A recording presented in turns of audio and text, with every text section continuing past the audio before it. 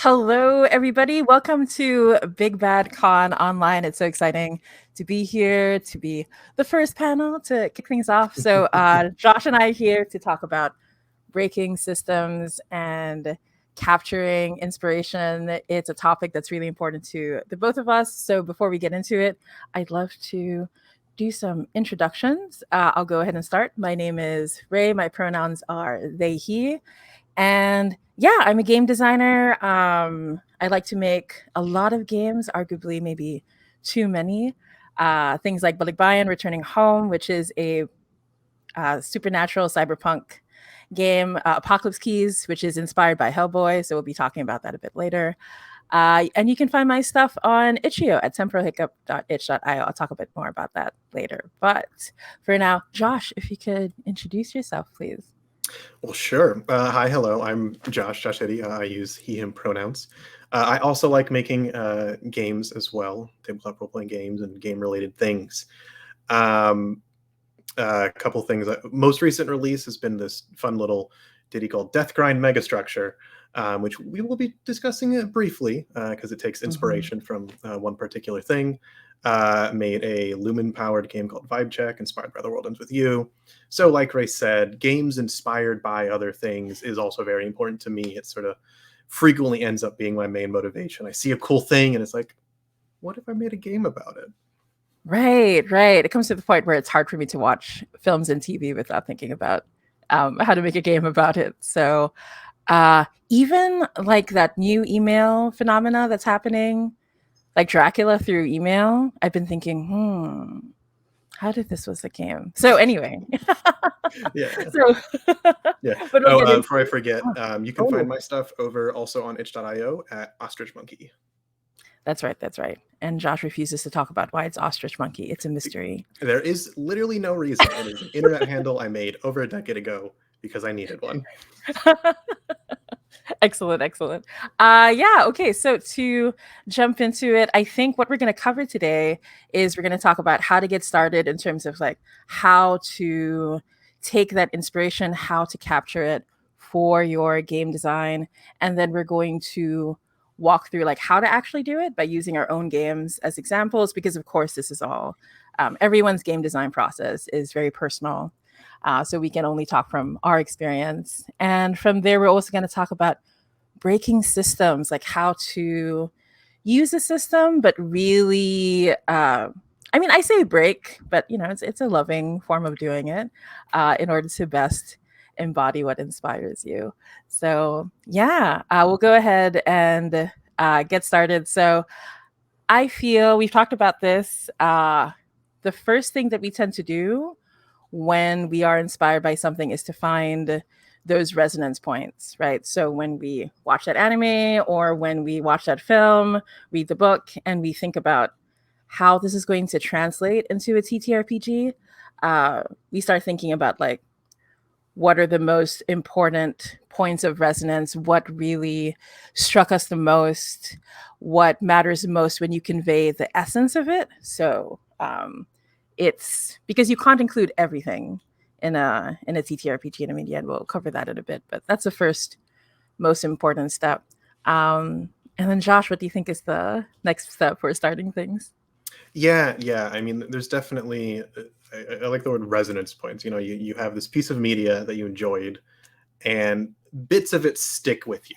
And, you know, those personal elements that really, this is what I like about X, Y, or Z. And then I think once you decide, I feel like there's so many TTRPG people who are like, "Ooh, I like this thing." So the best way to convey that I like this thing is to make a tabletop thing for it, right? 100%. It is both a burden and a blessing, you know. Can't turn off the design brain sometimes. Yeah, it's so true. It's so true. And I think after you have this, you decide I'm going to make a thing inspired by this other thing, and you realize, well, I like these specific points. Maybe I liked the bit of the setting or this particular mechanic. Let's say it's a video game, or maybe this theme, this tone, maybe even visuals in something like in a movie or a comic. And then it's kind of figuring out which of these pieces that I really liked and that resonated with me can fit within a tabletop space. What would be fun in a game, right? In a tabletop game. And what exactly is going to be fun, I think, is still a very personal element. And there are so many different kinds of games that, you're also still filtering it through your own lens.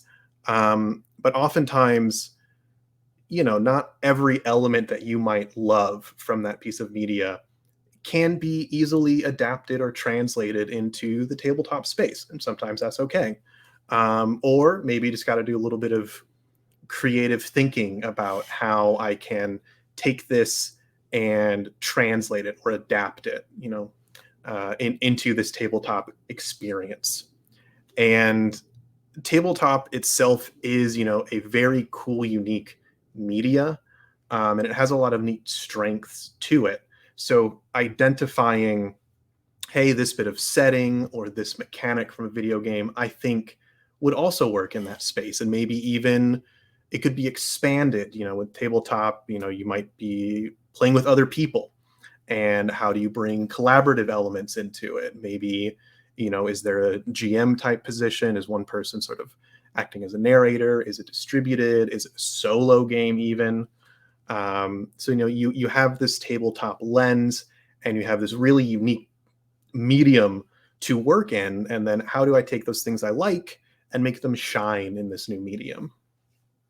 Yeah, yeah, absolutely. And like in terms of like the collaborative nature, there's also very much TTRPGs are so good at spontaneous creation of story and narrative and moments, which is very different from the media that we're consuming and enjoying. Like these are like stories that are told in advance that are worked on by entire teams usually. And so how to bring aspects of that story but make it spontaneous and make it something that happens naturally at the table is a really fun challenge in applying, right, like what you love about the media and bringing it to the table, right? So Mhm. that's always like a fun challenge that I always look forward to.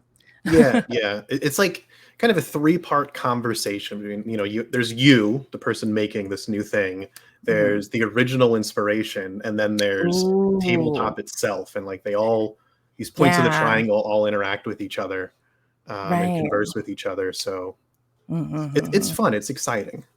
Yeah, yeah, for sure. And even just like answering for yourself, what do you like most about the TTRPG experience? What do you like seeing at your table and people playing together? Like these are different answers for different people. So like thinking from that perspective can help so much in embodying that inspiration and starting to think about the system that'll support it. Right. So um, Exactly. yeah. And so at this point, yeah, I think another related thing is there's this idea when we look at the media that inspires us, like whatever inspiration is, there's a lot of pressure to like perfectly emulate it, to try to capture all of it, which feels difficult, if not, well, let's just be honest, it's also impossible, right? So it's impossible to capture every single thing about what you like. It's not going to translate perfectly into a TTRPG. And I would argue that TTRPGs, especially in the indie scene, are so good at offering a really singular experience, like really hyper focusing on some things, maybe. Some bigger games, right? You can offer complexity. Like, who am I kidding? I like to write like really big, chunky games. But even then, it tends to focus on just a few aspects rather than all of it. But how do you feel about like the idea of perfect emulation, right, versus personal Yeah, interpretation? yeah, no, I agree in that you're probably not going to be able to do it, right? It's let's say you are adapting a video game, which I think comes up a lot. You play a video game, it's like, I really like this. I want to make something. I want to play it with all my friends. Um, and the two mediums, video games and tabletop, I think there's overlap. Right? Both games, you're having fun. You're doing. There's mechanics. There's layers to these mechanics. Often things are interacting with each other. Um, but you have this sort of open collaborative space and tabletop, like it is a blank slate, and every single table is going to shape that game and their experience differently, and that is really special to tabletop, I think. And in a video game, it's in some ways more directed, right? It is, this is something that is made and you interact with it, and there can be different outcomes, different endings, different experiences, right? But sort of the tactileness, the tactility of a video game, it is, at least to me, maybe someone will figure it out there, right? Really, really difficult to capture in that tabletop space. Like, let's take Destiny 2 or something like Mirror's Edge, where movement and the Right. feeling of that movement It's such an is, important aspect. yeah, it's kind of central to the experience. And then if you tried to like perfectly emulate that in tabletop space, maybe you can. But at least for me, just like the literal like game feel, right, isn't going to be there. So I think in cases like that, that's when you focus on, well, what can tabletop really make shine and make special and unique that I couldn't have done maybe in the original video game version. Yeah, yeah. I mean, Josh brought up Destiny 2, and like lately when I play Destiny, I keep thinking, because like a part of the setting, a part of the premise is this idea that you're immortal warriors that have like lived for centuries, and it's not something you can really get into in the video game. You're there to shoot things and be very awesome, which I love. But it would be cool to explore that in a TTRPG, right? And so a lot of the time TTRPGs can give us the avenues to like go beyond the original material, right? To explore things that you can only do in that setting, like you said. Actually, there's a really good question from chat that I'd like to Mhm. get to for a second. Yeah, yeah. So the question is, translating media into TTRPGs. I'm sorry, you used the phrase translating media into TTRPGs. Do you feel like we can extend that metaphor? Do you think there's a parallel between translating languages and translating stories? That is such a good point. So I'm Filipino, and I often think about like what gets lost in translation between like Tagalog and English and things like that. And I think it's true, right? Like you have to acknowledge that things will get lost in translation, but there are also things that can shine in different languages that you can like focus on that won't be in the original, right? Like Mhm. in like to further extend the metaphor, like a lot of Tagalog and Filipino focuses on like relationships and those intersections that aren't quite present in the English language all the time. So, but what do you think about that, Josh? Yeah, no, I think it's a really good metaphor, honestly, because I think there is that work, when somebody is translating a story or particularly poems from one language to another, so much of the meaning is embedded in the language. And, we could think of the language here as like the form or shape of that medium. So the language of a video game is going to be very different in many ways from the language of the tabletop or movie into tabletop or so on and so forth, music into tabletop even. And each of these, the forms of these different media are, like you said, some things might be lost in translation. You just can't convey that same meaning, kind of like talking about movement or motion. Um, like I personally find that very difficult and sometimes frustratingly so, because it's one of my favorite parts about video games, translating into tabletop, because it's just a different shape. But then kind of again bouncing off of what you said, there are these elements like in Destiny 2 with like the lore and the setting and that, and the way the video game is shaped, you can't really interact with that, because you point a gun at thing and you shoot aliens, and it's a very fun video game, but perhaps the language of tabletop, the shape, the form of that medium, is going to be able to express those elements in a way that the original language perhaps might not be able to. So I think Yeah. it really, really works. Right, right. And to further, like, I feel like we can really run with this metaphor, right? Because there's also an idea of like, not every translation is perfect, and the translator tends to like put themselves and their perspective into what they're translating. And so it's the same for game designers, right? Like, I think we have to acknowledge what of yourself you are bringing into the game design. And the more you hone in on that, the more you understand what your strengths are, what you gravitate to as a game designer, the easier it'll be to like translate those things, right? Because we're not making a licensed game as much as we are inspired by the different things. We're not making a licensed game, and instead, it's an opportunity to change or reinterpret things. Like working on Apocalypse Keys, which is inspired by Hellboy. Um, a lot of people, when they start playing the game and they make characters, they were like, "Is this a polycule simulator? Is that what this game is?" When you answer like the Bond questions, and so that comes from me as a designer bringing in my queer perspective, and so a lot of the game in Apocalypse Keys, even though it's so inspired by Hellboy, so much of it is like the emotions are like ramped up to like 11 or 12, and that's my way of translating, right? So if someone else translated Hellboy into their own game, they would like focus on a different thing, which is why it's fun to have different takes on the same inspiration source, right? So, Mhm. uh, ooh, ooh, okay, this is another good question, and then we have to move on to all the other good stuff. But this is a very good one. So, uh, another question because, and I'm Josh, you really should answer this because it feels for you. So, can and should we approach the tactility and movement of video game experience in TTRPGs by adding board game like physical components? I like how we're blending Yeah, these. yeah. Yeah, yeah, yeah, yeah. I mean, I think my answer is like, go for it, right? Me talking about movement and motion and like the game feel, the tactileness. I think comes from a very personal, how I experience movement in a video game, right? And then trying to think, how can I translate this into tabletop, where I'm sitting usually in front of a computer and or voice chat with friends, right, playing the game. Um, and I say I have difficulty doing it, but that doesn't mean someone else isn't going to. And maybe sort of hybridizing and taking these board game elements into it, where you actually are moving things and like holding things, could do some of that, right? It's Yeah. Mhm. you kind of have when you're making something inspired by another piece of media, right? Because like you said, this isn't an official license thing. This is personal work, right? So you have the freedom to experiment, try things, and see what works and see what doesn't.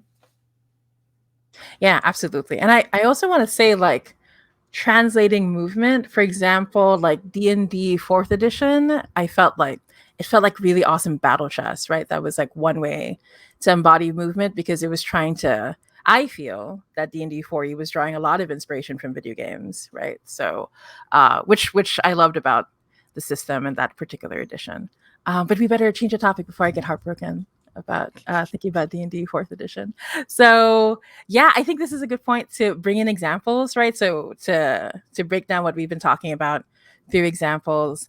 And yeah, how about we talk about Vibe Check, right? So Josh, tell us about Vibe Check, what inspired it, right? And what that process was like. Hmm.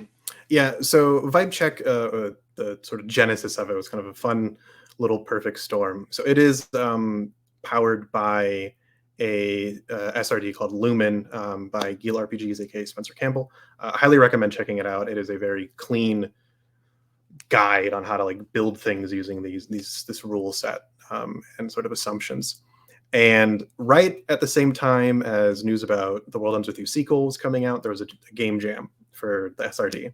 I was like, you know what? I want to make a The World Ends With You inspired tabletop role playing game, because the original is one of my all time favorite games. I also greatly enjoyed the sequel.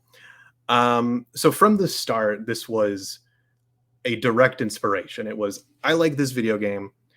My goal here is to make a tabletop RPG inspired by it. And to people who are familiar with the video game, I want it to feel like that video game, but also it's my own thing. I want to make it my own and do different things with it. Um, so with Vibe Check, I really did start with thinking about the video game, The World Ends With You, and trying to pull out what matters most about the experience of that video game to me, and then what might I be able to translate into a tabletop role-playing game. So for those unfamiliar with The World Ends With You, you're playing as characters who are sort of caught in effectively like this life or death game. They're kind of trapped in this like alternate version of Shibuya, Tokyo, playing for a chance at a, to go back to life because something bad happened to them. So there's this element of the other world that you're playing in, like this mirror to the real world. There's also the video game is all about its music, it's about its style, its visuals. It came out late 2000s ish, maybe early. Yeah, let's go with that. So like its visual style is of that time, but it was still really important, especially because it takes place in Shibuya, Tokyo. So it's all about fashion, things like that, right? Street style. So I wanted that element of the fashion and just the style and like the really over the top vibe of that game to be reflected in my tabletop game. And then there were some smaller systems within it. One thing that was really interesting, because it was originally for the Nintendo DS, and you controlled two characters, one on the top screen, one on the bottom screen. And mechanically, there was this way to like synergize between both characters to do more damage to enemies or whatever. And I wanted to figure out a way to convey that synergy, but now I'm spreading it across more than two players, because anywhere from 2 to 5, let's say, players in the tabletop game. And you're doing it at a table, you're doing it with dice and paper and pencils. How are you able to capture this synergy between sort of linear button inputs, right?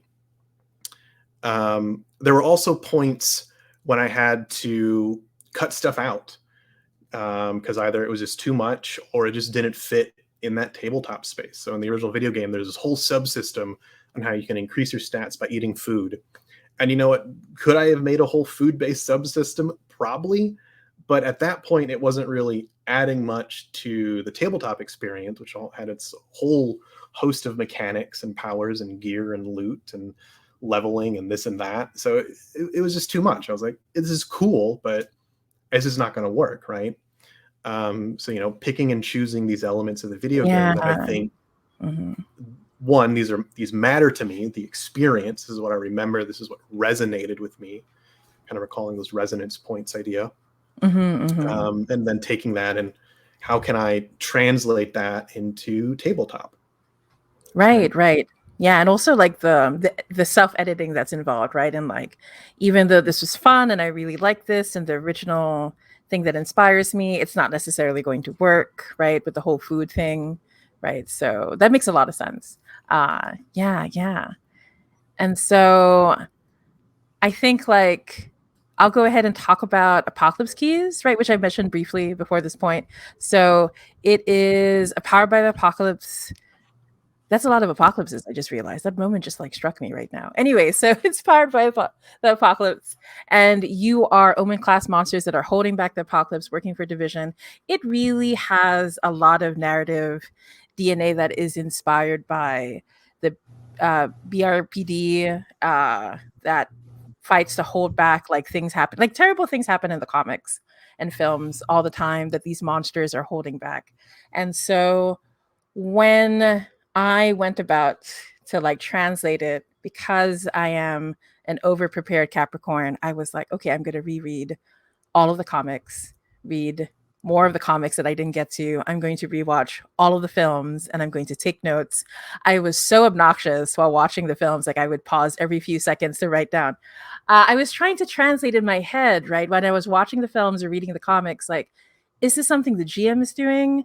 Is this something the player is doing? Is this a move? Is this a mechanic? And I wasn't quite sure if I was going to use PBTA at that point, right? Like I was like going back and forth. Like I feel the comics are more skill based. The comics feel more like Forged in the Dark, and the films feel more like Powered by the Apocalypse, right? So I started to lean in more towards that.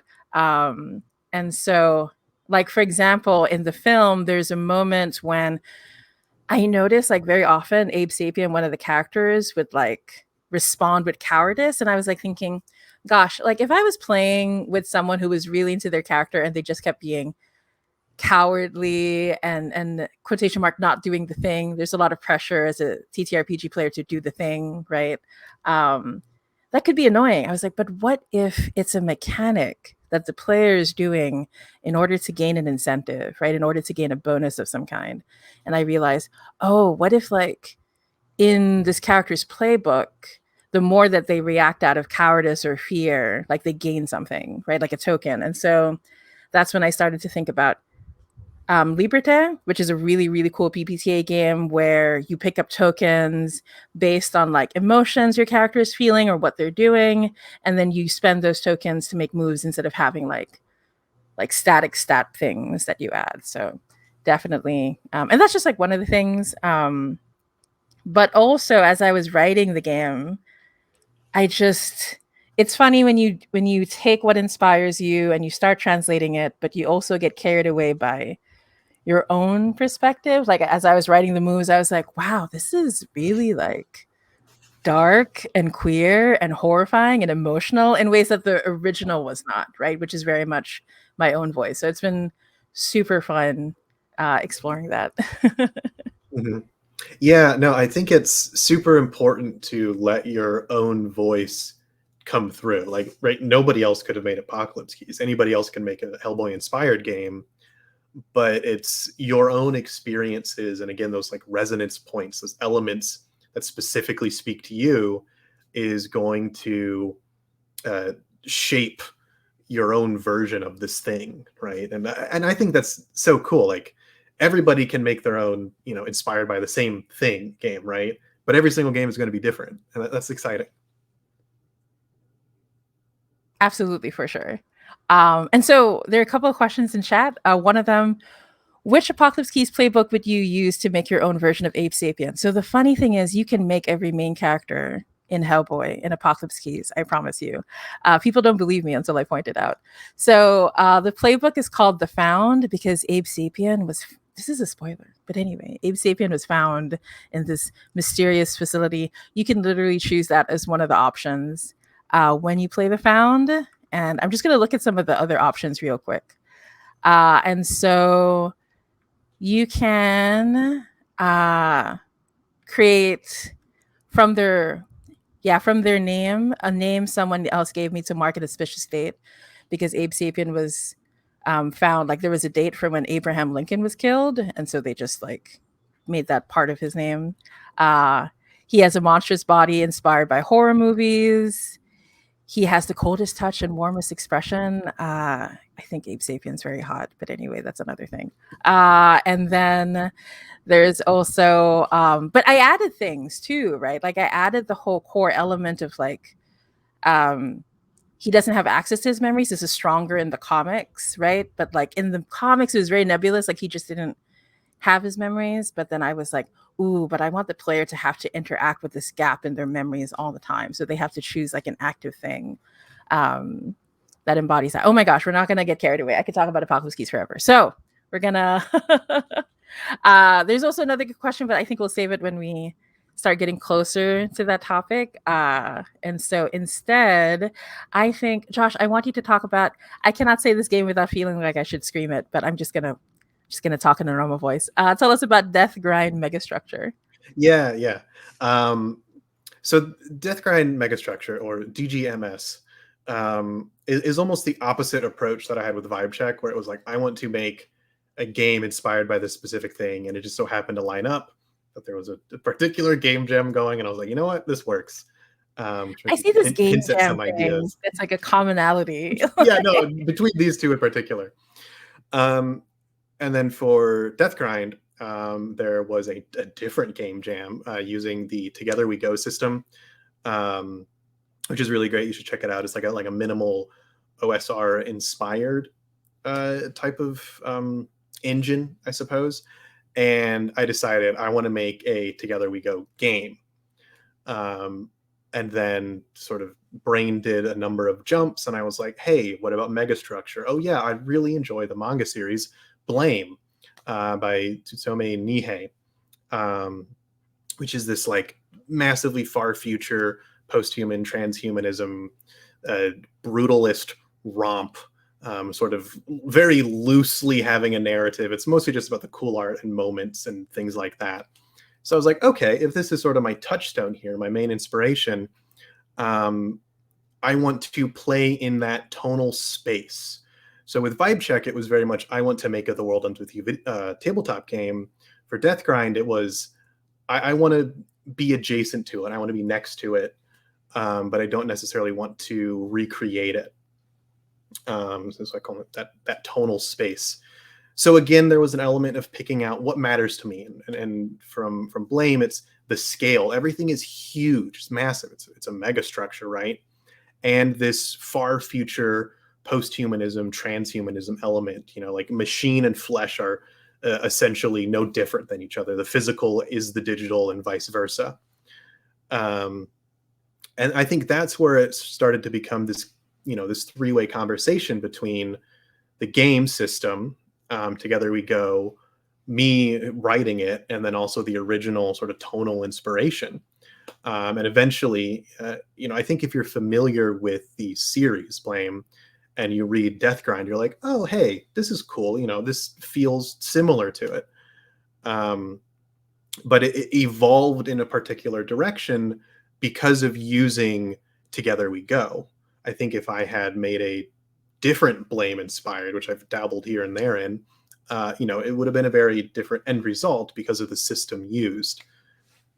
Which I think we're going to be talking more about breaking the systems pretty soon. So yeah, I want to cheat a little bit and just like talk about the system a little bit, in that I would just realize when you're talking about post-human, transhuman, the fact in Together We Go Down, you don't get stuck within like classes, right? Like you can spread your points and choose from different things. It feels like it really lends itself well to the whole transhuman, right, concept in a lot of ways, right? So it's this nice merging of the two. But yeah. And so the last game that I want to talk about, but once again, we have a few more things to talk about, is The Twilight Throne, which is a Forged in the Dark game I'm working on about political intrigue, surreal magic, and tragic intimacy that is also currently in development. And so Josh, you talked about like how Blame was more like the tonal inspiration. And I think in The Twilight Throne, it was more, the first word that really came to mind when we were talking about this is soup, right? Like it's just this soup of like different things that inspired Twilight Throne. Like there's a lot of like Changeling the Lost, but specifically just the political aspect and the family aspect and wuxia drama in terms of like familial duties and like how you're placed in society matters. And then there was also like a bit of Dark Souls like initially, but I didn't realize until I started running the game in playtest how Dark Soulsy it was. And so I started to lean more into that and went back to it. And then there's also a little bit of Pan's Labyrinth. Like it's just so many different things that I find cool that I wanted to like merge in that space. Like I really wanted to create this broken fairy tale land, right? And these powerful magical creatures who exist within it.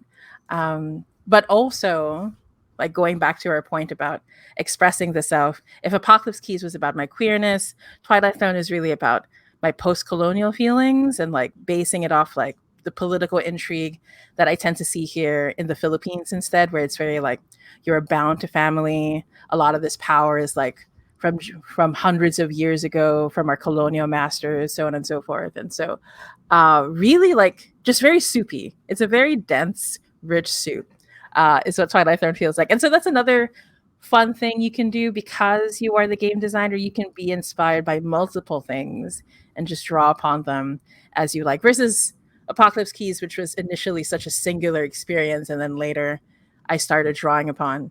Ooh, another spoiler about Apocalypse Keys is I was actually inspired by the Doctor Strange episode in the What If series. So there's literally a new playbook. Everyone reads it as a vampire, but secretly it is a Doctor Strange playbook. I'm just gonna say from that series. Okay, so, but yeah, and I think in when I was inspired by Hellboy for Apocalypse Keys, I was not sure about the system, but in Twilight Throne, I thought of the system first. Like I wanted it to be forged in the dark, and so I had to like build everything around that, and then start breaking that system. I think so. We can go. We already teased this quite a bit, but basically, I'm going to start with the Twilight Throne in that I think one of the strangest things is that people treat Forged in the Dark, right, as a generic system when I really don't believe it's a generic system at all. It is a perfect scoundrel simulator for being in Duskwall. And so the further you move from that original thing, because you can see it in like the death spiral that's present in the harm tracks, you can see it in how it doesn't matter how much you prepare, the engagement roll can still screw you over. Because life is hard in Duskwall and it's hard to be a scoundrel. And there's so many instances mechanically that support that idea. And so with the Twilight Throne, it made no sense to have most of those systems in place because you are playing incredibly powerful magical creatures who have been alive for like centuries, right? And political intrigue, it felt like if I had to center that, those relationships and those connections, I had to make really dramatic changes to the system. So Twilight Zone is the one that I broke the most in terms of like, but it still feels very Forged in the Dark. So it's this like balancing act of like, what can I break? What feels essential? What is vestigial? Right. And it can take like quite a bit of like honing to be objective about that. But Josh, I'd love to hear you talk about like one of the systems you broke. Yeah, yeah. So I think there was some interesting elements that popped out when I was writing Vibe Check. So in Lumen, which again, go check it out. It's good fun. There's like only a handful of key assumptions of like how it works. You have some attributes, and that gives you dice rolls. You have powers and a resource to use those powers, and then usually there's some sort of loot or gear system to like augment your characters. And also, usually those powers for the resources that are tied to them is then tied to a specific class. So I basically took all those assumptions and didn't follow them because it's still very much a Lumen game. And if you play a lot of Lumen games or you read through it and then you read Vibe Check, you're like, yeah, of course this is Lumen. Like all the pieces are still there. I just, cracked them open, rearranged them, glued them back together in different places. So I completely divorced powers from class. And I took a lot of the elements of like this gear and loot system and put those into powers. So powers are these individual little tokens, much like in the video game, you have these pins that give you these powers. So you have these tokens. Tokens can take any different form you want, but you collect them as you play. And you can upgrade them, you can change them. Some of them change as you play, and they're not attached at all to your class.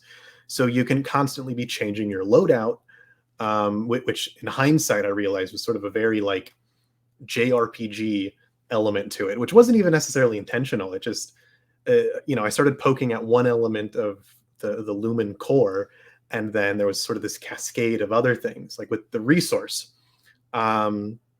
Rather than each player having a limited resource, you have to build the resource by doing action rolls, and it is communal. So there's this big pool of flow, is what the resource is called, and the cooler stuff you do, sort of with your exaggerated style, right? The more flow you gain, and the more powers you can use, the flashier your powers can be. And this is where I ended up bringing in that sort of dual screen synergy. But now it's between players with this little piece of tech that I called a narrative comboing, where as you describe what you're doing, if you use an element of something that a player brought in before you, like let's say somebody shatters the ground with their power, and you're like, I'm going to lift up that rubble with my psychic ability and fling it at the enemy. That's a narrative combo. You are synergizing with the other players. You are collaborating at the table. So it has that synergistic flavor I was looking for, while still being very uniquely tabletop. Yeah, yeah, that was such a cool part of the game because like you always had to pay attention to what the other players were doing. So that was really fun. So I liked how it captured the original inspiration of the dual screen, but it really is its own thing, which is very, very cool. Yeah, and so I also want to talk about like how I broke PBTA for Apocalypse Keys. A lot of people argue I broke it in a lot of ways. That's a long conversation. But the one I want to focus on is the thing what I brought to Apocalypse Keys is something that I have struggled with in a lot of PBTA games is that in a lot of games that I love, the moves can be super specific in their triggers. And so I would feel bad as a player if I forgot to bring in this thing I could have triggered and I only remembered like after the fact, right? So it started to affect me as a player where I would only pick moves that were easier to trigger or didn't need a trigger, and I would just ignore so much of the playbook. So with Apocalypse Keys, I wanted the players to feel like for 99% of the moves that they could trigger them all the time, anytime they wanted, which also played into the fact that they're playing powerful monsters in a human world, right? And so, and aside from the ease of triggering the moves, I also wanted, because when I play PPT, I would feel like, well, when is it really over? We just keep going through these basic moves a lot, and how combat can drag on if we're not careful. And so I wanted to create moves where an entire scene can be ended with a single move, or a single move can give you like a very Firebrands minigame moment of like it creates this entire scene for you, depending on how you want to play it out, right? And so that shifting of scale was, I was surprised with how dramatic that was for a lot of people to get used to what they could do in Apocalypse Keys, and it made me more confident about breaking other things in other systems. Right, So, right. because it's a lot of fun. Mhm. Yeah, and it is fun to take a system and then pull it apart, whether intentionally or just as you gotta to fit your vision or whatever. Which I think sort of brings in that question, and I want to make sure we get to that one. Um, where it's how important do you feel it is to find a fitting rules engine to emulate that inspiration versus, for instance, building a bespoke system for it? Which I think is a fantastic question because the examples we've used here are based on different like tabletop engines, right? You know, Forged in the Dark, you have Part of the Apocalypse, there's Lumen, Together We Go. And like, you know, why use those elements versus building a bespoke one? And I don't, for me at least, I don't think there's like a single yes or no answer. I think it just Oh really yeah, depends it's its own on panel. right on what you want to do. In my cases, I've done both before. Like at least for Vibe Check and Death Grind, it just happened to line up with, oh, there's a game jam and it's an engine I like to use, or like I want to play with it and see what I can do with it. For other things, you know, I've done more bespoke work, and there's advantages and disadvantages when you're using like an SRD or someone else's engine. A lot of work is already done for you, which is A nice. lot of work, yeah. You know some things just work because they already tested it, and then you can just focus on like the little tweaks or rearrangements or completely, you know, crack it open to scoop out the marrow inside. And like, you know, maybe the answer is building a bespoke system. Maybe you just don't recognize the elements that you want to experience in other systems, and in that case, go, I think, build a bespoke system. I think it really is a very personal answer to that, and that, you know, it's really just going to depend on what your goal is as well. Yeah, yeah, and also like for me personally, the TTRPG, like as an art medium, right? As a scene, as a movement, it's still relatively young compared to like films and all these other things we enjoy that we draw inspiration from. And so for me personally, when I use an SRD, when I use someone else's system, this is me building on other people's knowledge that they have from these like discussions that have been going on for decades since the 70s. And I feel that when I use these SRDs, when I use these other systems, it helps me understand the hobby better. It helps me understand that history better. Like it's so easy to take PBTA for granted, but the several things that had to happen and coalesce in order to get to that point, like when I played Dogs in the Vineyard for the first time, I was like, oh, I could see how this like bits of this became PBTA later. It's so exciting. It's so good. And I really geek out about it. So that's my and when I use the SRD, that is me contributing to the space, right? That is me contributing to the design conversation of like, this is how I perceive the system. This is how I perceive what it can do. This is me pushing it into new directions. So that's why I like it, right? And so, but I've also created my own systems, my own bespoke systems, and that's also been fun. So, like Josh said, it really is like There is no one answer that, but that's a very good question to be asking, right? Yeah, yeah. I feel like try both, like Yeah. it's either way, you're contributing to the growing canon, I suppose, right? If you're looking at it as a growing art form, whatever decision you make, maybe you do design your own bespoke system, and then maybe a couple years from now somebody else picks that up and it's like, oh, I really like these elements, and then they go build their own thing partially based on yours, and you're whether you're using PBTA and sort of building off of that, who knows what's going to happen and how people are going to use your own work in the future, which is very exciting. Yeah. Right, like when you think about the trophies, the rooted and trophy system being built on the Cthulhu Dark system, right? Like there's this, oh my gosh, we could geek out about it forever, but we are running out of time on this panel. This is what happens when Josh and I talk about game design. So I think it's a good time to wrap things up. So once again, we are Ray and Josh. So my name is Ray. My pronouns are he, they. You can find me at, I forgot I have a website, which is www.swordqueengames.com, where I have a blog. I will definitely be talking about some of these things that we couldn't really get into today. And you can find me on Twitter at Temporal Hiccup. I use too many emojis, lots of Sailor Moon gifs. I talked about my Batman dreams recently, and that's been people were just liking it, and not. I don't know what to feel like when people just like a thing a lot and don't talk to you about it.